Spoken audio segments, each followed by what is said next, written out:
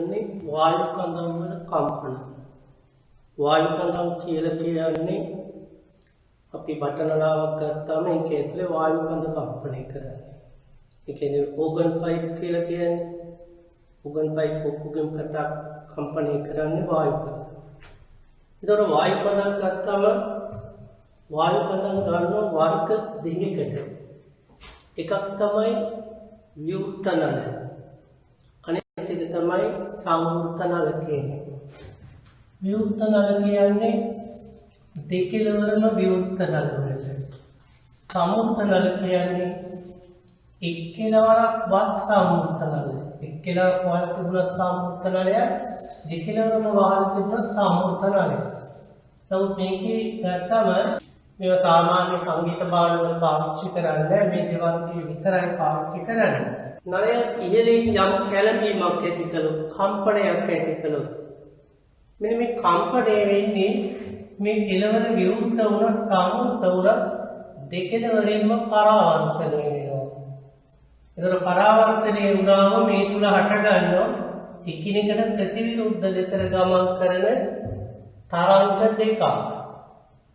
මේ තරංග දෙක නිරෝධනය වීමේ ප්‍රතිඵලයක් හැටියට තමයි ස්ථාවර අන්වායාම තරංගයක් හටගන්නේ. මේක ඇති විය හැකි ඕනම කුඩු ගානක් ගත්තා. මේකේ ඕනම කුඩු ගානක් ඇතුව කම්පණය වෙන්න පුළුවන්. ඒකේ තියෙන මූලික ලාක්ෂණික වෙන්නේ විවෘත කෙළවර වල නිතරම විස්ථාපන ප්‍රස්පන්ද ඇති වෙන්න ඕන. සංවෘත කෙළවරේ විස්ථාපන නිස්පන්ද ඇති වෙන්න ඕන. මේකෙත් නිස්පන්ද. මෙන්න මේ ලාක්ෂණික ඇතුව ඕනෑම කුඩු ගණනක් ඇති වෙමින් කම්පන ඇති කරන්න පුළුවන්. එෙහිදී අපි අවම කුඩු ගණනක් ලබා දෙන අඩුම සංකේතයක් ලබා දෙන කම්පන විදියට අපි කියනවා මූලිකය කියලා. අඩුම කුඩු ගණනක් ලබා දෙන අඩුම සංකේතයක් ලබා දෙන කම්පන විදියට කියන්නේ මූලිකය කියලා. මූලිකයේ හැර වෙනත් ඕනෑම කුඩු ගණනක් ලබා දෙන කම්පන විදි වලට කියනවා අපි උපරිතාන කියලා. උපරිතාන කියලා. ඊළඟට මේකේ ඇතුළේදී ගත්තම විස්ථාපනය අපි ඉස්සලාම ගත්තොත් එක්කෙලවරක් වැසූ නලයේ කම්පන කියනවා. එක්කෙලවරක් වැසූ නලයේ කම්පන වල එන්නේ එතකොට මෙතන ඇති වෙන්න ඕන විස්ථාපන නිස්පන්දයක්. මෙතන ඇති වෙන්න ඕන විස්ථාපන ප්‍රස්පන්දයක්. මෙන්න මේ නිස්පන්දයයි ප්‍රස්පන්දයයි අතර ඕනෑම කුඩු ගණනක් ඇති වෙමින් කම්පණය වෙන්න පුළුවන් මේ ලාක්ෂණික තියාගෙන. එතකොට මේකේ ගත්තම දුරාණු විස්ථාපන ප්‍රස්පාරය ගත්තම අවම කුඩු ගණනක් එන්න පුළුවන් මේක. අවම කුඩු ගණනක් එන්න පුළුවන් මේක. මේක ඇත්තටම අපි මේ අදින්නේ දුරාණු විස්ථාපන ප්‍රස්පාරය කියන එක. දැන් මේක ගත්තම ඒ වගේම දුරාණු පීඩනයක් වෙනස් වෙනවා. සමුද්‍ර කෙළවරේ ගත්තම පීඩනයේ වායුගෝලීය පීඩනයට වඩා අඩු වගයක සිට වැඩි වගයක් දක්වා විචලනය වෙනවා සමුද්‍ර කෙළවරේ. වායුගෝලීය පීඩනයට වඩා වැඩි වගයක සිට අඩු වගයක් දක්වා විචලනය වෙනවා. විවෘත කෙළවරේ ගත්තම වායුගෝලීය පීඩනයේ නියතව තියෙනවා. ඉතින් ඒ අනුව ගත්තම අපි කියනවා විස්ථාපන ප්‍රස්පන්දය පීඩන නිස්පන්දයක් වෙනවා කියලා. මෙන්න මේ ආකාරයට මේක ගත්තම මේ පැත්තට දුර, මේ පැත්තට විස්ථාපන ප්‍රස්ථාරයේ මේවා අපිට පේන්නේ අපි ගත්තේ දැන් මේ වගේ අංශු ටිකක් ගත්තම මේ අවස්ථාවේ මෙතන මේ පීඨීමට ඇති දුර ගත්තම අපි වයිකණ්ඩාංකයේ තරම් තියෙනවා. මෙන්න මේ දුර වයිකණ්ඩාංකෙ මෙතන ඉඳලා මේ අංශුව විස්ථාපනය වූ ප්‍රමාණය, මෙතන ඉඳලා මේ අංශුව විස්ථාපනය වූ ප්‍රමාණය x කණ්ඩාංකයේ තරම් තියෙනවා. අරගෙන ප්‍රස්ථාරයක් ඇඳම මේක ලැබෙන්නේ මේ දුර විස්ථාපන ප්‍රස්ථාරය. මේක දුර පීඩන ප්‍රස්ථාරය. මේ පැත්තට පීඩනය, මෙතන පීඩනය ගත්තම වායුගෝලීය පීඩනයට වඩා මෙතන වායුගෝලීය පීඩනය, පීඩනය මෙතන තියෙන්නේ. මෙතන වායු පීඩනයට වඩා වැඩි. මෙතන වායු පීඩනයට වඩා අඩු. මෙතන එතකොට නිතරම වායු පීඩනයේ නියතව තියෙනවා. මෙන්න මේ ආකාරයට අපට පුළුවන් අවම කුඩු ගන්නක් ලබා දෙන කම්පන විදිය මේ ලාක්ෂණික හේතුව මෙන්න මේකට අපි කියනවා මූලිකය කියලා. ඊළඟට තව එක කුඩුවක් වැඩි වුණොත් ඒ මේ ලාක්ෂණිකයම තියෙනවා. දැන් මේක ගත්තම මේ විදියට ගත්තා මේකේ ඒ මෙතන නිෂ්පාදනය මෙතන ප්‍රස්පන්දය. මේ තමයි දුරානුව විස්ථාපන ප්‍රස්ථාරය. මේ පැත්තට දුර මේ පැත්තට විස්ථාපනය කියන්නේ අංශුවක් සිදු කරන විස්ථාපනය. දුරානුව පීඩන ප්‍රස්ථාරය ගත්තම මේ ආකාරයට විස්ථාපන නිෂ්පන්දය විස්ථාපන ප්‍රස්පන්දය පීඩන ප්‍රස්පන්දය වෙනවා. විස්ථාපන නිෂ්පන්දය පීඩන ප්‍රස්පන්දය වෙනවා. එතකොට විස්ථාපන ප්‍රස්පන්දය පීඩන නිෂ්පන්දය වෙනවා. මේ ආකාරයට දුරානුව පීඩනය වෙනස් වීම ප්‍රස්ථාරයකට බලොත් මේ කියන්නේ. ඊළඟට මේකට අපි කියනවා පළමු උපරිතාලය කියලා. පළමු උපරිතාලය කියලා. ඊළඟට අපි ගත්තා මේ වගේ එකක්. මේ ලාක්ෂණිකයම තියෙනවා තව කුඩුවක් වැඩි වුණොත්. තව කුඩුවක් වැඩි වුණොත් මේ විදිහට තියෙනවා. ඒතකොට එන්නම තරංග ආයාමය අඩු වෙනවා. සංඛ්‍යාතය වැඩි වෙනවා. පීඩන ප්‍රස්ථාරයෙන් මේ වගේ ප්‍රස්ථාරයක් තියෙනවා.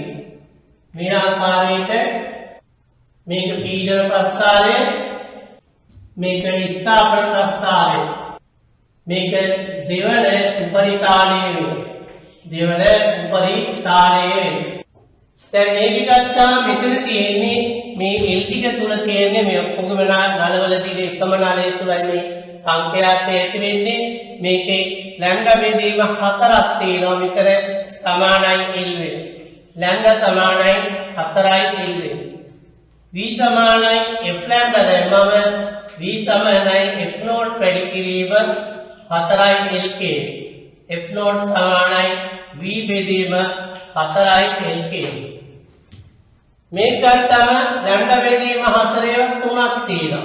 ලැම්ඩා බෙදීම 4 ඒවත් 3ක් සමානයි LK. ලැම්ඩා සමානයි 4යි L බෙදීම 3යි කියන. ඊළඟට අපි ගත්තම E සමානයි F ලැම්ඩා දැම්මම මේකේනවා F1 වැඩි කිරීම 4යි L බෙදීම 3යි කියන. F1 සමානයි 3යි V බෙදීම 4යි L. ඔයගොල්ලන්ට පේනවා මේ වගේ තුන් ගුණයක් මෙතන අපි මේ කියනවා 3යි F නෝට් කියලා. ඊළඟට ගත්තම ලැම්ඩා බෙදීම 4 ඒවයි. මෙතනදී 1යි 2යි 3යි 4යි 5ක් තියෙනවා. ලැම්ඩා බෙදීම 4 ඒවත් 5ක් සමානයි L වෙනවා. ලැම්ඩා සමානයි 4යි L බෙදීම 5ක් වෙනවා. ඊළඟට V සමානයි F ලැම්ඩා දැම්මම මේකේ F2 වැඩි කිරීම 4යි L බෙදීම 5 වෙනවා.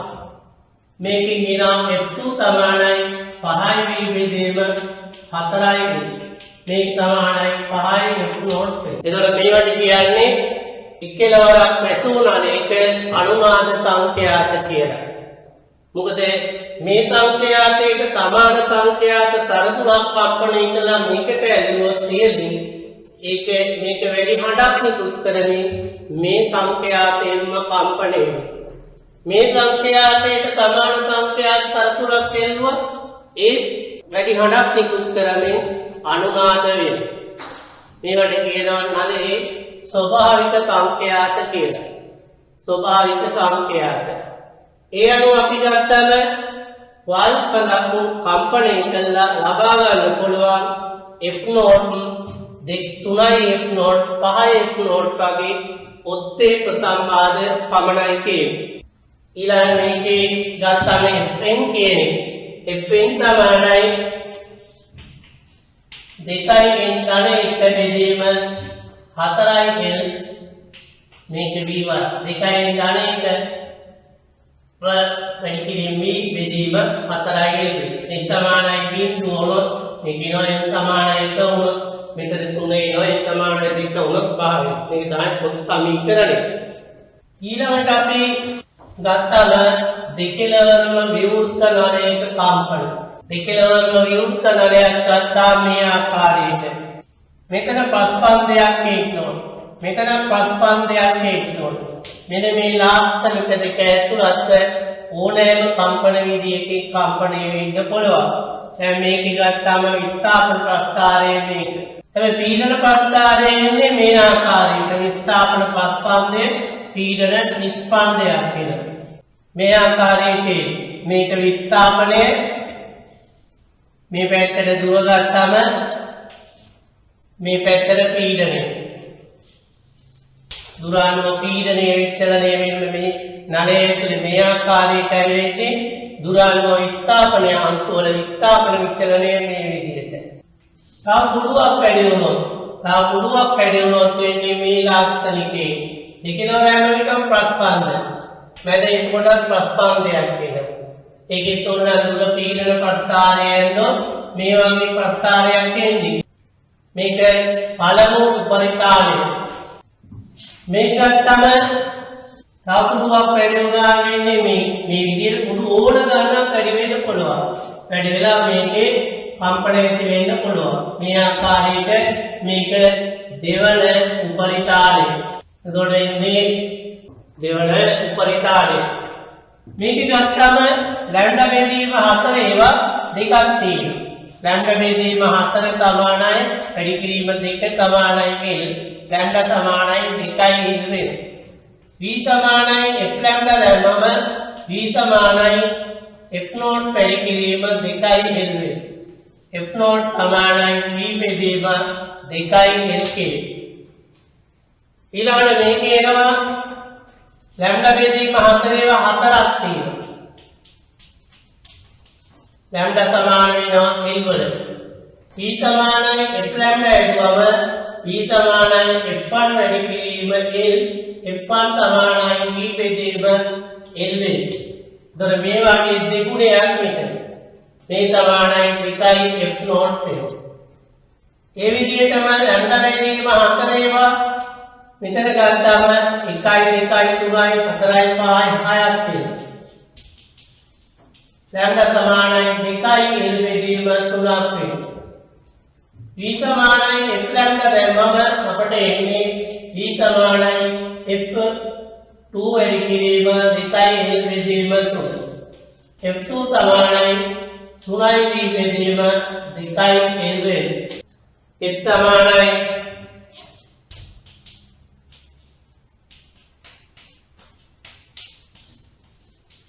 n समानाय बिंदु उनोत नहीं केना n समानाय 2 වුණාම n समानाय 3 වුණාම මේ විදිහේ f n समानाय ඉන්වෙනි උපරිතාලය ගත්තම අපට එන්නේ මේ ආකාරයට. එතකොට දෙකලවරම විවෘත නලයක් කම්පණේ අපිට ගන්න පුළුවන් f නෝට් 2යි f නෝට් 3යි f නෝට් වගේ සියලුම උපරිතාල. මූලිකයේ පූර්ණ ගුණාකාරයට අපිට ප්‍රසම්වාද ගන්න පුළුවන්. ප්‍රසම්වාද කියලා. මේ අනුව ගත්තම දෙකලවරම විවෘත නලයක් කම්පණයෙන් අපට පුළුවන් සියලුම ප්‍රසම්වාද ගන්න. නමුත් එකලවරක් ඇතුළේ ගන්න පුළුවන් f නෝට් 3යි f නෝට් 5යි f නෝට් වගේ ඔත්තේ ප්‍රසම්වාද පමණයි කියන්නේ. ඔත්තේ ප්‍රසම්වාද පමණයි කියන්නේ. ඊළඟ මේකේ වායුපද කම්පණය කළාම ලබා ගන්න පුළුවන් සංඛ්‍යාතවලදී මේකේදී අපි බලමු මේකේදී මොකද වෙන්නේ කියලා. අපි ගත්තා මේකේදී මේ වගේ එක්කලාවක් පැතුණාලයක් ගන්න. මේකේ අපි අංශු කීපයක් ගන්නවා මේ වගේ. මේවා මධ්‍ය පීඨී නම් තියෙන්නේ මේ විදිහට මේකේ ප්‍රවේගය වැඩිම වෙනවා. මේක ඊට වඩා අඩු වගයක් ගන්න. මේක ඊටත් අඩු වගයක් ගන්නවා මේක නිශ්චලයි. මේකේ දුරාණුව විස්ථාපන ප්‍රස්ථාරය ගත්තම මේ ආකාරය කොහොම එක විට මධ්‍ය පීඨීම තියෙන්නේ. ඔක්කොම තියෙන්නේ මධ්‍ය පීඨී. t සමානයි බිඳුව වෙනකොට මේක නෑ. ඊළඟට අපි හිතමු මේකේ මොනතරම් පීඨී තියෙනවා අපිට අඳින්න පුළුවන් පීඨීමක් ගන්න t සමානයි t බෙදීම 4කින්. බෙදීම 4ක් වෙනකොට මේ අංශුව මෙතෙන්ට යනවා. මේ අංශුව මෙතෙන්ට යනවා. මේ අංශුව මෙතෙන්ට යනවා. මෙයා නිශ්චලව තියෙනවා. එතකොට මේකේ මෙතන ඉඳලා මෙතෙන්ට දුර y කණ්ඩායමේ හැටියට මෙන්න මේ දුර x කණ්ඩායමේ හැටියටත් අරගෙන ප්‍රස්ථාරයක් ඇඳලා මේ වගේ ප්‍රස්ථාරයක් එයි.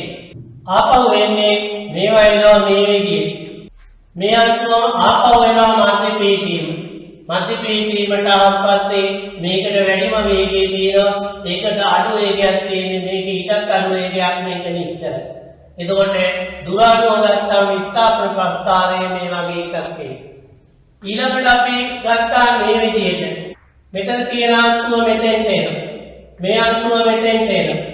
මේ අන්තිම මෙතෙන්ට ඇවිල්ලා මේක t සමානයි t බෙදීම 4 t සමානයි 3යි t බෙදීම 4 t සමානයි t වෙනකොට මේකේ මේ අන්තිමට මේ ඔක්කොම නිශ්චලයි. එතකොට මේක මධ්‍ය පීඨියම මෙතෙන්ට විස්ථාපනය. මේ අනුව උනාම මේ ආකාරයටයි. ඊළඟ පීඩන විචලනය ගත්තාම මොකද වෙන්නේ? මේ අවස්ථාවේ වායු ගෝලී පීඩනයේ තියෙන. මෙතන තියෙන වාතය ගත්තා වායු පද ගත්තාම මේක නිශ්චලව තියාගෙන මේකේ දෙපැත්ත කම්පණය. මේක නම් පරතරය මේ පරතරය ඇතුලේ මෙහෙට කම්පණය වෙනකොට මෙතන පීඩනය වැඩිම වෙනවා. ඊළඟට මේ පරතරයේ ඉඳලා ඉහළට යනකොට ආපහු පීඩනය අඩු වෙනවා. නිතරම වායු ගෝලයට විරුද්ධ කෙළවරේ වායු ගෝලීය පීඩනයේ තියෙනවා සම්මුත කෙළවරේ වායු ගෝලීය පීඩනයට වඩා වැඩි අගයක සිට අඩු අගයක් දක්වා විචලනය වෙනවා. එතකොට වැඩිම පීඩනයේ තියෙන්න පුළුවන් සම්මුත කෙළවරේ අඩුම පීඩනයේ තියෙන්න පුළුවන් සම්මුත කෙළවරේ වායු ගෝලීය පීඩනයේ තියෙන්න පුළුවන් සම්මුත කෙළවර. ඒ කියන්නේ සම්මුත කෙළවරේ පීඩන ප්‍රස්පන්දයක් ඇති වෙන්නේ. පීඩන ප්‍රස්පන්දය. අපි කිව්වොත් සම්මුත කෙළවරේ තියෙන ලාක්ෂණික ගත්තම වැඩිම පීඩන විචලනය තියෙනවා කියන්නේ. වැඩිම පීඩන විචලනය කියන්නේ. ඒ වගේම අපි විවෘතනලයක් ගත්තොත් මේ විදිහට. මේ වගේ ගත්තා මේකේ මෙතන අංශ ඔක්කොම මධ්‍ය පීඨිය. මධ්‍ය පීඨිය වෙනකොට මෙයාට වැඩිම වේගය තියෙනවා. මෙයාට මේ වේගය තියෙනවා. මේකේ මේ පැත්තට දෝලණය වෙනවා. මෙයා මේ පැත්තට දෝලණය වෙනවා. දුර විස්ථාපන ප්‍රස්ථාරයේ ඉන්නේ මේ. ඊළඟට අපි මේ අංශුව ගත්තා මෙතෙන්ට යනවා. මේ අංශුව ගත්තා මෙතෙන්ට යනවා. මෙයා නිශ්චලව තියෙනවා. මෙතන තියෙන අංශුව මේ පැත්තට එනවා. මෙතන තියෙන අංශුව මෙතෙන්ට එනවා. ඒ අනුව ගත්තාම මේ පැත්තේ විතරම විස්ථාපනයක් දෙපැත්තේ අංශු දෙපැත්තට විස්ථාපනය වෙනවා. අනුයාත නිස්පන්ද දෙකක් හතර අංශු එකම දිශාවකට විස්ථාපනය වෙනවා. ඊළඟට අපි ගත්තා මේකේ ආපහු එනවා තේරම් මධ්‍ය පීඨියමට. මෙයා නිශ්චලව තියෙනවා. මෙයා මෙතෙන්ට එනවා. මෙයා මෙතෙන්ට එනවා.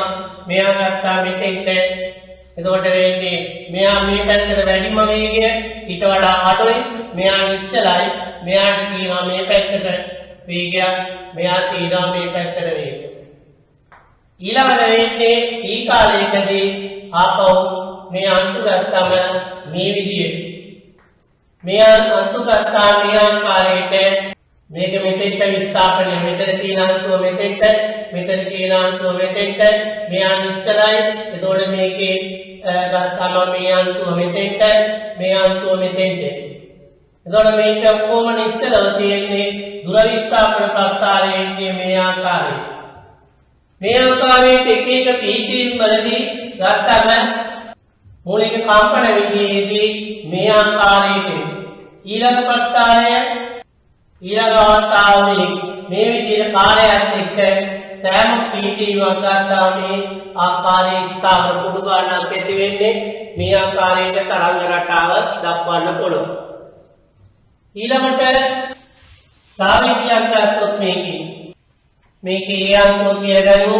මේක B අංශුව, මේක C අංශුව, මේක D අංශුව. D අංශුවේ ගත්තම කාලය අනුව විස්ථාපන ප්‍රස්ථාරය. කාලය අනුව විස්ථාපන ප්‍රස්ථාරය ගත්තම A කියන අංශුව නිතරම නිශ්චලව පවතිනවා. මේ අනුව ගත්තම කාලය අනුව විස්ථාපන ප්‍රස්ථාරය මේ වගේ එකක් එනවා. B අංශුව ගත්තම මේ වගේ එකක් එනවා. මෙයා අඩු විස්තාරයකින් කම්පණය වෙනවා. මේ වගේ එකක් එනවා. C අංශුව ගත්තම මේ ආකාරයට එනවා. මේක ඊට වඩා වැඩි විස්තාරයකින් කම්පණය වෙනවා. කාලය අනුව විස්තාරය. D අංශුව ගත්තම උපරිම විස්තරයකින් කම්පණය වේ. උපරිම විස්තරයකින් කම්පණය වේ. මේ පීඩන විචලනය ගත්තම මේ වගේ වායුගෝලීය පීඩනය P0 නම් මෙතන P0 නම් මේකේ වායුගෝලීය පීඩනයට වඩා වැඩි අගයක සිට අඩු අගයක් දක්වා විචලනය වේ.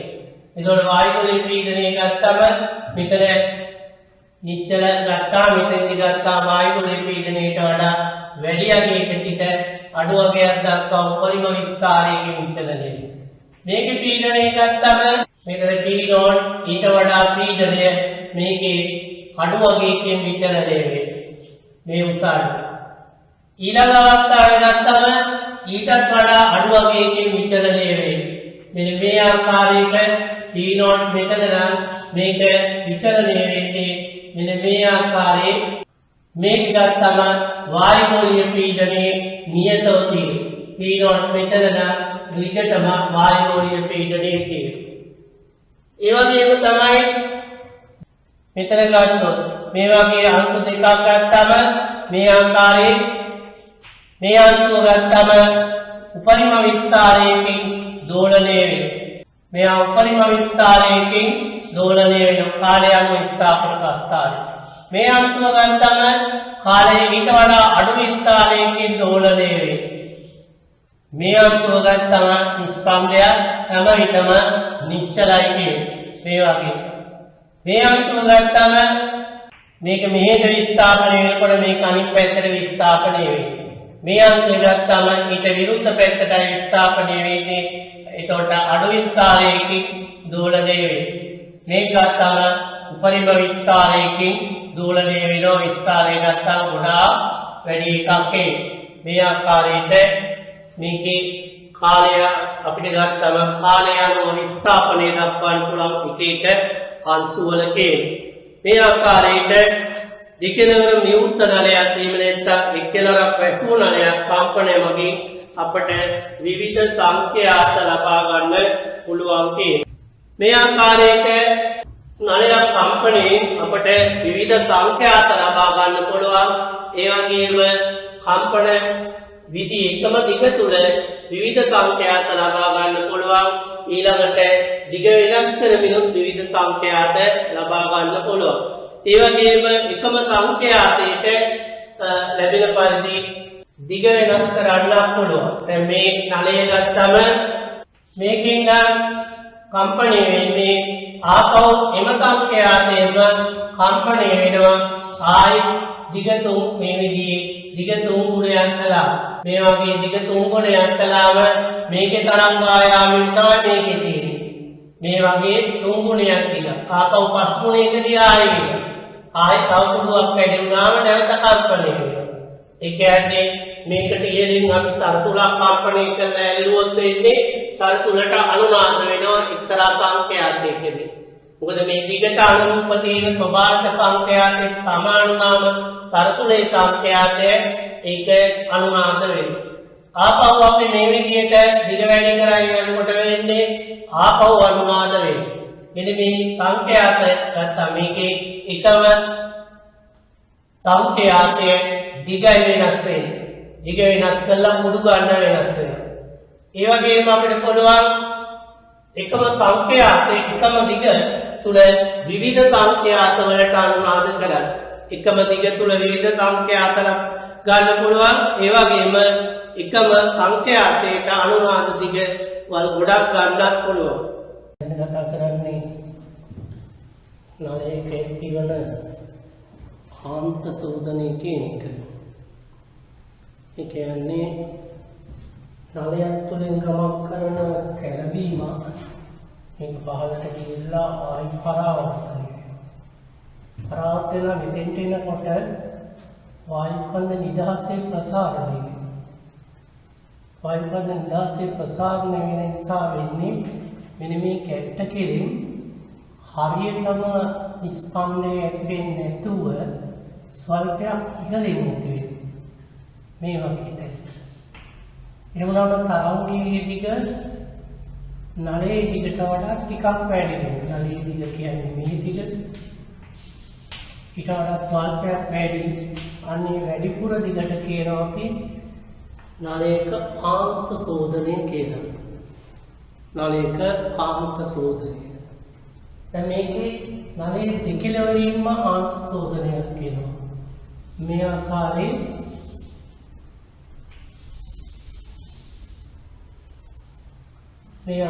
දෙකලවරින්ම ආන්ත සෝදනයක් කියනවා. මෙතන එනම් මෙතන එල්ලුනොත් මෙතනින් ආන්ත සෝදනයක් කියනවා E කියලා. මෙතනින් ආන්ත සෝදනයක් කියනවා E කියලා. ඒ කියන්නේ නලයක ආන්ත සෝදනය අදා පවතින්නේ නලයේ විස්කම්භය මත විතරයි. විස්කම්භය වැඩි වෙනකොට ආන්ත සෝදනය වැඩි වෙනවා. විස්කම්භය අඩු වෙනකොට ආන්ත සෝදනය අඩු වෙනවා. කම්පන විදිය එහෙම නැත්නම් නලයේ දිග මේ කිසිම සාධකයක් මත ආන්ත සෝදනය අදා පවතින්නේ නැහැ. ඒ නිසා ආන්ත සෝදනය සහිතව සමීකරණයේ ලියනවා නම් මෙතන ලැම්ඩා බෙදීම 4 සමානයි L ධන E වෙනවා. මෙතන ලැම්ඩා බෙදීම 2 සමාන වෙනවා L ධන 2 E. මේ ආකාරයට නලයක ආන්ත සෝදනය සහිතව ලියනවා නම් මේකේ ගත්තා මේ ආකාරයට සමීකරණ ලියන්නේ.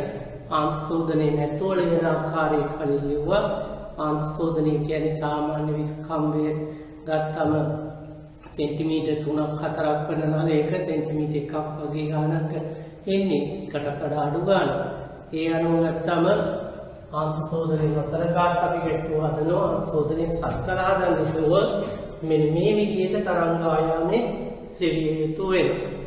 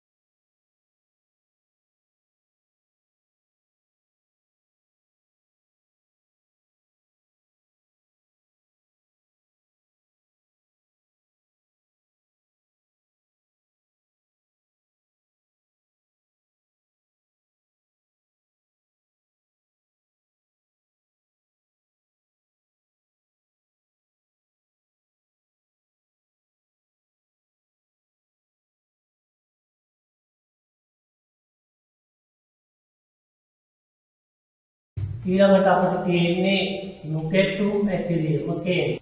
නුකෙසුම් ඇතිවීම. නුකෙසුම් කියන්නේ සංඛ්‍යාත සුළු වෙනසක් කුඩා වෙනසක් තියෙන තරංග දෙකක් නිරෝධනය වීමේ ප්‍රතිඵලයක් හැටියට ක්‍රමයෙන් උස්වීම සහ ක්‍රමයෙන් පහත් වීම ඇතිවීම. සංඛ්‍යාත තරංග දෙකට සංඛ්‍යාත සුළු වෙනසක් තියෙනවා. ඒ වගේම මේවා විස්තර සමාන වෙන්න ඕන. ඒ වගේම ඒවා එක විට ක්‍රියා කරන්න ඕන. යම්ලා නිරෝධනය වෙන්න අනිවාර්යයෙන් එක විට ක්‍රියාත්මක වෙන්න ඕනේ. ඊළඟට ඒවා එකම වර්ගයේ වෙන්න ඕන. එකම වර්ගයේ වෙන්න ඕන. මෙන්න මේ ආකාරයේ තරංග දෙක. මේ තරංග දෙකේ මේකට වඩා මේකේ සංඛ්‍යාතය වැඩි. මේකේ 50 මේකේ 3 එපාට විකාලයි ස්තෝරේ. දැන් මේ දෙක නිරෝධණය වුණාම වෙන්නේ උපරිමයක් තියෙනවා. ඊට පස්සේ සංඛ්‍යාත සුළු වෙනස නිසා වෙන්නේ මේකේ ගත්තා මේ ලක්ෂයයි මේකයි නේ එකතු වෙන්නේ. ඒතකොට විස්තරය අඩු වෙනවා. විස්තරය අඩු වෙලා ගිහිල්ලා ආපහු වෙන්නේ මෙන්න මෙතනදී මේ දෙකේ ශීර්ෂ දෙකක් ශීර්ෂයක් හා නිම්නයක් එකතු වෙනවා. එකතු වුණාම වෙන්නේ ආපහු විස්තරය ශූන්‍ය වෙනවා. ආපහු මේම විස්තර වෙනස් වෙනවා. වෙනස් වෙලා මේ විදිහට විස්තරය වැඩි කරගෙන ගිහිල්ලා ආපහු මෙතනම උපරිම වෙනවා. ඒතකොට වෙන්නේ අපිට ගත්තම ක්‍රමයෙන් උත්සීසා මේ වගේ රටාවක් ලැබෙනවා. ක්‍රමයෙන් උත්සෙනවා ආපහු ක්‍රමයෙන් පහක් වෙනවා. ආය ක්‍රමයෙන් උත්සෙනවා ආපහු ක්‍රමයෙන් පහක් වෙනවා. මේ විදිහේ උස් පහක් වෙමින් ගමන් කිරි තරංගයක් ඇති වෙනවා. අපිට ගත්තම ක්‍රමයෙන් උත්සීසා ක්‍රමයෙන් පහක් වීම ඇතිවීම නුගතුම් ඇතිවීම කියලා අපි කියනවා. නුගතුම් වල සංඛ්‍යාතය ගත්තම තරංගවල සංඛ්‍යාතය වල වෙනසට සමාන වෙනවා. දැන් මේක ගත්තා මේකේ ඉපන්නා මේකේ ඉප්තුණා. එතකොට මේකේ මෙන්න මේ වගේ රටාවක් අපිට ලැබෙනවා. මේ ආකාරයෙන් ක්‍රමයෙන් උත්සීතා පහක් ඇතිවන තරංග රටාවක් ඇති වෙනවා. මෙන්න මේ උත්සීම් වලට අපි කියනවා නුගතුම් කියලා. නුගතුම් කියලා කියන්නේ උත්සීම් වලට. නුගතුම් දෙකක් අතර කාලයට අපි කියනවා නුගතුම් වල ආවර්ත කාලය කියලා. ඊළඟට තත්පරයකට ඇති කරන උපරිම වේග ගන්නට අපි කියනවා නුගතුම් වල සංඛ්‍යාතය කියලා. තත්පරයකට ඇති කරන උපරිම වේග ගන්නට කියනවා අපි නුගතුම් වල සංඛ්‍යාතය කියලා. එතකොට මේ තරංග මේ දෙක ගත්තම F1 F2 තරංග දෙකක් ගත්තම F2 විශාලයි F1 නම් උපරිම වේග දෙකක් අතර කාලයේදී වෙන්නේ එක් ප්‍රභවයක් අනෙකට වඩා චක්‍ර එකක් වැඩියෙන් සිදු කරනවා. මෙන්න මේ කාලය තුල මේක ඇති කරන චක්‍ර ගන්න බලන්න මේක ඇති කරන චක්‍ර ගන්න බැලුවොත් චක්‍ර එකක් වැඩියෙන් සිදු කරනවා. එතකොට උපරිම වේග දෙකක් අතර කාලය T වුණොත් T කාලයකදී පළමු ප්‍රභවය ඇති කරන චක්‍ර ගණන F1T වෙනවා. T කාලයකදී දෙවන ප්‍රභවය ඇති කරන චක්‍ර ගණන F2T වෙනවා. F2T වෙනවා. උපරිම වේග දෙකක් අතර කාලයේදී වෙන්නේ එක් ප්‍රභවයක් අනෙකට වඩා චක්‍ර එකක් වැඩියෙන් සිදු කරනවා. F2T නේ F1T සමානයි 1 වෙනවා. F2 රින F1 සමානයි 1 බෙදීම T වෙනවා. T කියන්නේ නුගතුම් වල ආවර්ත කාලය. 1 බෙදීම T කියන්නේ එතකොට නුගතුම් වල සංඛ්‍යාතය කියන්නේ. නුගතුම් වල සංඛ්‍යාතය ප්‍රභව වල සංඛ්‍යාත වල වෙනසට සමාන වෙනවා. හැබැයි මෙතෙන්දී ගත්තම 300 ප්‍රභවයක් සමග 305 ප්‍රභවයක් කම්පණය කළාම 5 නුගතුම් ඇති වෙනවා. හැබැයි 295 කම්පණය කළත් 5 නුගතුම් ඇති වෙනවා. එතකොට දැන් මේකෙදී කුමන ප්‍රභවයේ වැඩි සංඛ්‍යාතයේ තියෙනවද කියන එක හඳුනා ගන්න බෑ. මේකේ අපි මාපාංකයේ ධනාංකය ගන්න. F2 රින F1 වල මාපාංකයේ සමාන වෙන FD කියන්නේ.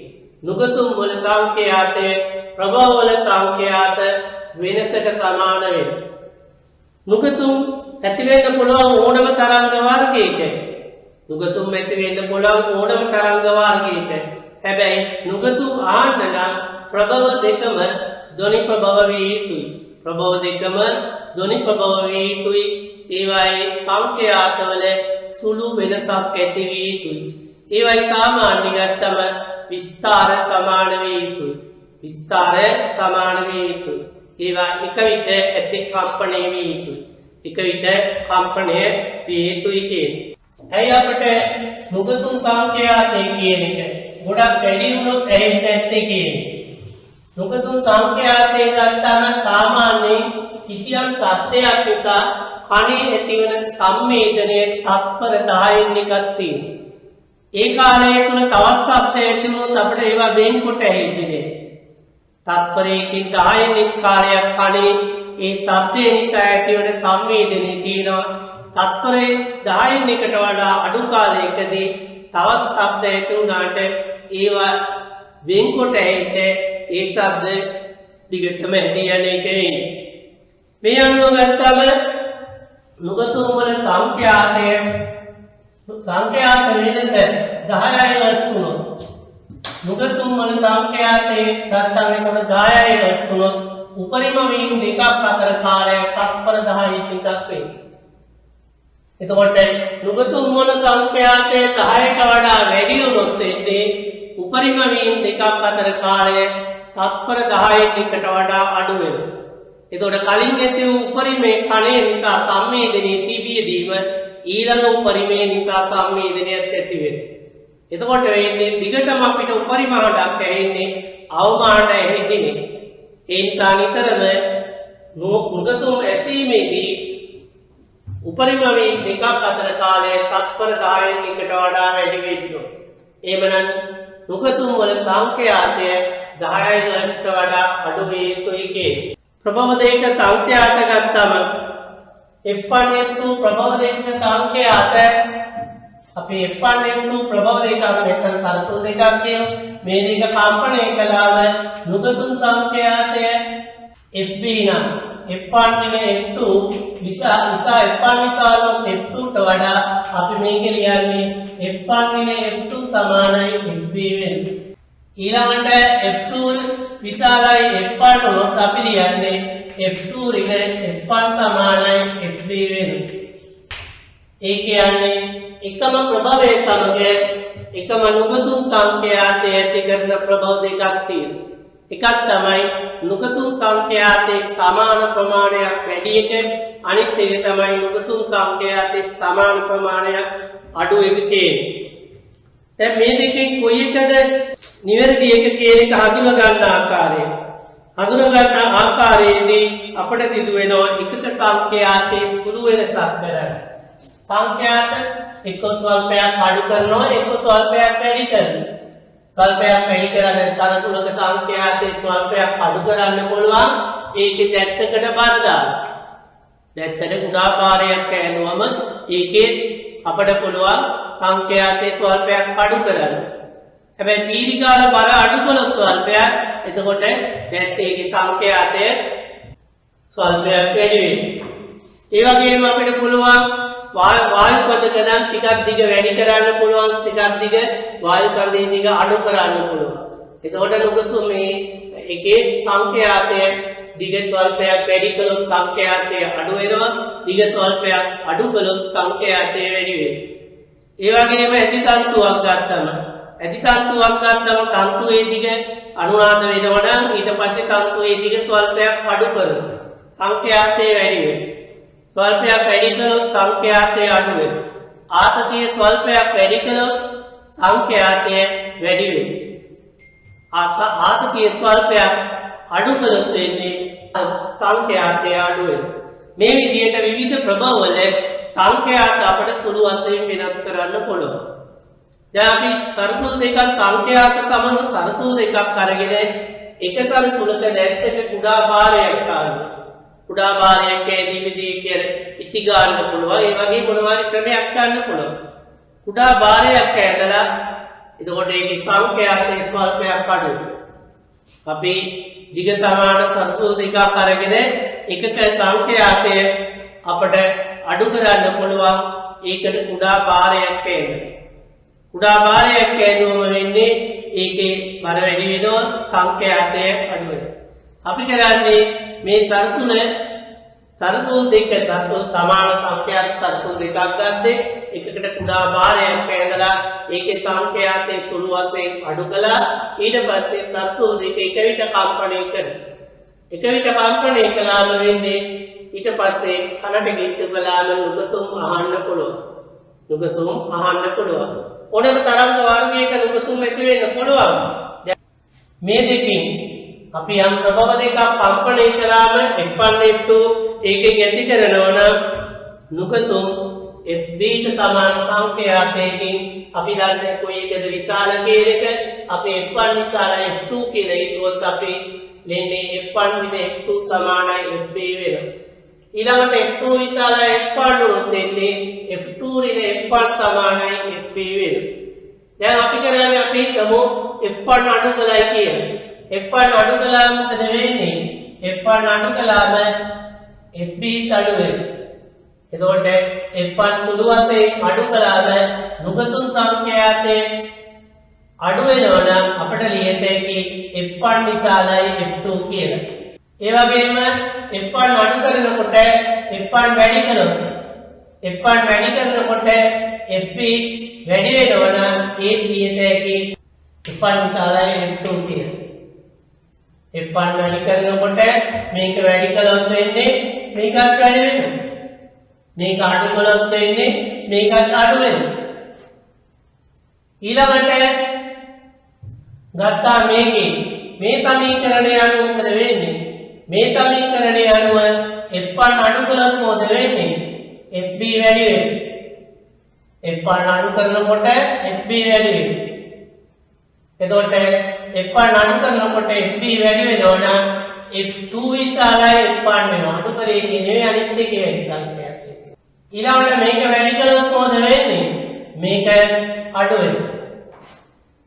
එතකොට ඒ වුණොත් අපි ඉන්නේ F මේක අඩු වෙනවා නම් මේකදී අපිට කියන්න පුළුවන් F2 විශාලයි F1 කියලා. හැබැයි මේවයි සංඛ්‍යාතකයේදී මේවයි සංඛ්‍යාතයේ දිගටම වැඩි කළොත් මේක දිගටම වැඩි කළා මොකද වෙන්නේ? එක්තරා අවස්ථා දිගටම අඩු කළොත් මොකද වෙන්නේ? දිගටම අඩු කළොත් F1 දිගටම අඩු කළාම වෙන්නේ F1 සමානයි F2 නම් පස්සේ මේක බිඳුව වෙනවා.